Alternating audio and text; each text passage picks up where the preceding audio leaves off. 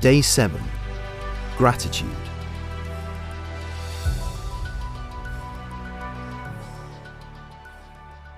Dearest friends, colleagues, I want to thank you all for coming tonight. I know it's not straightforward. I am eternally grateful. 80 years. 80 years gives you a lot of time to think about gratitude, to accrue things to be grateful for, if you look in the right places. I look out at all your faces and I feel such warmth and pride. I'm grateful for my family, first and foremost. Jonathan, you've grown into a man of whom I must be proud. Your mother, if she could only see you now. And your sisters. Watch out for them, John. You two are more like me than perhaps you would like. Whatever happens, I know the two of you will be just fine. My dear and trusted team, I'm so grateful for you too. Martin, what can I say? Could you imagine me standing here at 80? Julienne, we've had our differences, but you've made me smarter and stronger than anyone else I've ever worked with. And all those people I've worked with, how many countless are here tonight or that we wish could be here tonight? I imagine some of them are glad they aren't. But every tussle, every lunch, every night-long session with everyone I've ever had the chance to speak with, build with, destroy with, I'm grateful. Because all of that led me to where I am tonight, where we all are. And I wouldn't change it. Not one bit. Now, I've had my detractors. Over those years, I've been attacked, slandered, accused, abused, hated, even. The events outside this evening, even those are supposedly indicative of the way the people feel about me. But I don't think so. And I don't think you think so. Because I've only ever wanted what was best for everyone. And I don't like to blow my own trumpet, but it's my birthday, so you'll indulge me. In the end, I was always shown to be right. It was painful, at times, but in the end, those people realized that I was helping. And that's why you don't hear those voices anymore. And I'm grateful. In fact, those people outside, in this room, some of those sitting at home watching us, our fellow citizens, they are the ones I'm most grateful for, and the most proud of. Always have been. When I started my first business, Martin and I, that mobile repair shop, I wasn't good at it. Martin's laughing because he remembers how quickly he had to run out from the back room whenever a customer came into the shop. Usually some older guy who was already looking for an argument, or at least that's how I always saw it. But Martin would run out and catch them before I said something offensive. I didn't like the public. They were overly complicated. Servers and telecoms masts and mobile phones, they all worked. They worked until they didn't, and then you found the fault and they worked again. People weren't like that, and that irritated me. But we were good at what we did, and Martin saw us through to our second location, third, franchising, floating, going all around the world.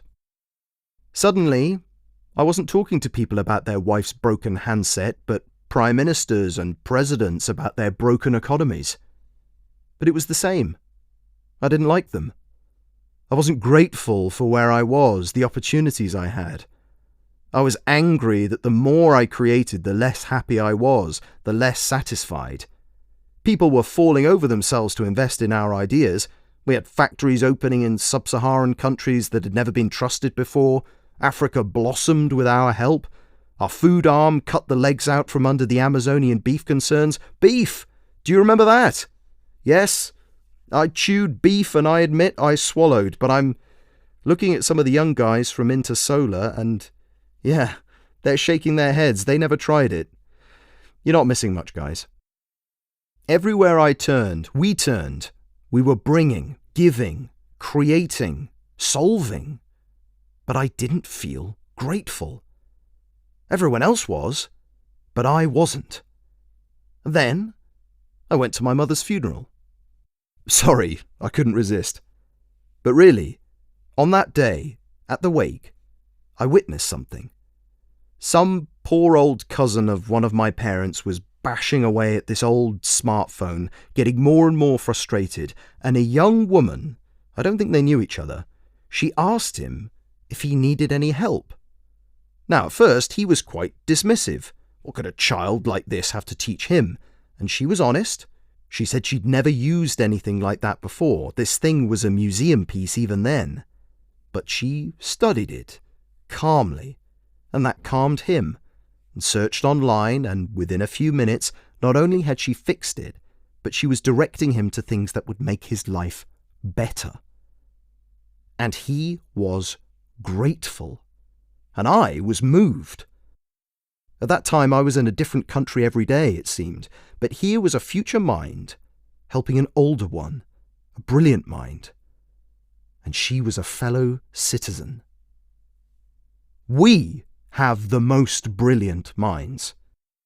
I realized that day and still believe that to be true. The next day, well, you know this, I formed the Collate Party.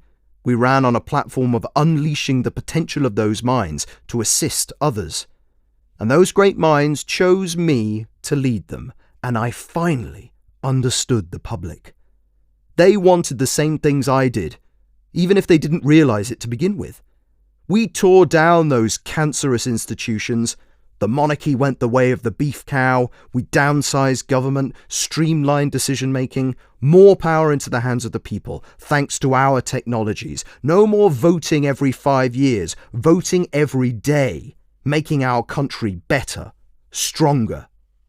We created a vision for the world. Our minds had already revolutionized the way we eat, the way we communicate. Our people realized they had been hiding their true strength out of embarrassment or some idea of instilled modesty. What a waste! The world was grateful that we finally stretched our legs and stood up tall, stepped in to lead the world decidedly, conclusively. And I was grateful that our fellow citizens have continued to trust me to lead them, to lead the world, a planetary family with a planetary vision now out into the stars. We here on this small island have shown that we can do things better for everyone, if they accept it with gratitude. And this small island Earth will show the universe the very same. And for that, I'm grateful. Thank you.